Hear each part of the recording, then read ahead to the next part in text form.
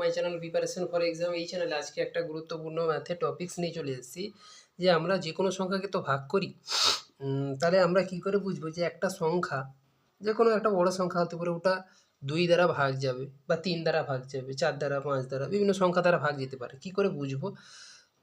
এত বড় সংখ্যাকে না ভাগ করে খুব সেকেন্ডের সঙ্গে কি করে বুঝে নেব? তাই আজকে আমরা একটা টপিক্স নিয়ে আলোচনা করবো, সেটা হচ্ছে কোনো সংখ্যা 2 দ্বারা বিভাজ্য সেটা কি করে বার করবো।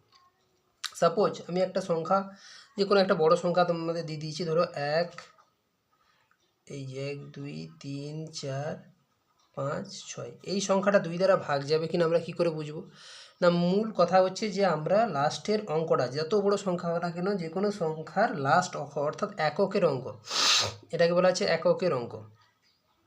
ঠিক আছে, এককের অঙ্ক যেটা থাকবে সেটা যদি 2 দ্বারা ভাগ যায়, অর্থাৎ 6 দেখছি 2 দ্বারা ভাগ যাচ্ছে, অর্থাৎ 2 3 6 কেটে যাচ্ছে।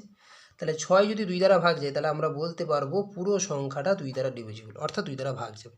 এটাই হচ্ছে নিয়ম। তাহলে কোনো সংখ্যা লাস্টের অঙ্কটা যদি 2 দ্বারা ভাগ যায়, তাহলে পুরো অঙ্কটা, এখান থেকে এই পুরো অঙ্কটা আমাকে ভাগ করা দরকার নেই, আমরা সেটা বুঝে নিব সেটা 2 দ্বারা ভাগ যাবে।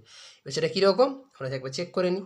তাহলে আমরা ভাগ করেও দেখতে পারি। তাহলে 1 2 3 4 5 6, এটাকে ধরো 2 দ্বারা ভাগ করছি, 2 6 12, 3 নামলো, 2 1 2 14, 2 7 14,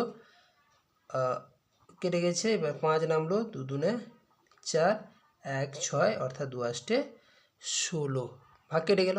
অর্থাৎ যে কোনো সংখ্যা 2 দ্বারা বিভাজ্যতার নিয়মটাই হচ্ছে, কোনো সংখ্যার এককের অঙ্ক তুমি 2 দ্বারা ভাগ করো, পুরো সংখ্যাটা যদি ওই লাস্টের অঙ্কটা যদি 2 দ্বারা ভাগ যায়, পুরো সংখ্যাটা 2 দ্বারা ভাগ যায়। এটা হচ্ছে 2 দ্বারা বিভাজ্যতার নিয়ম।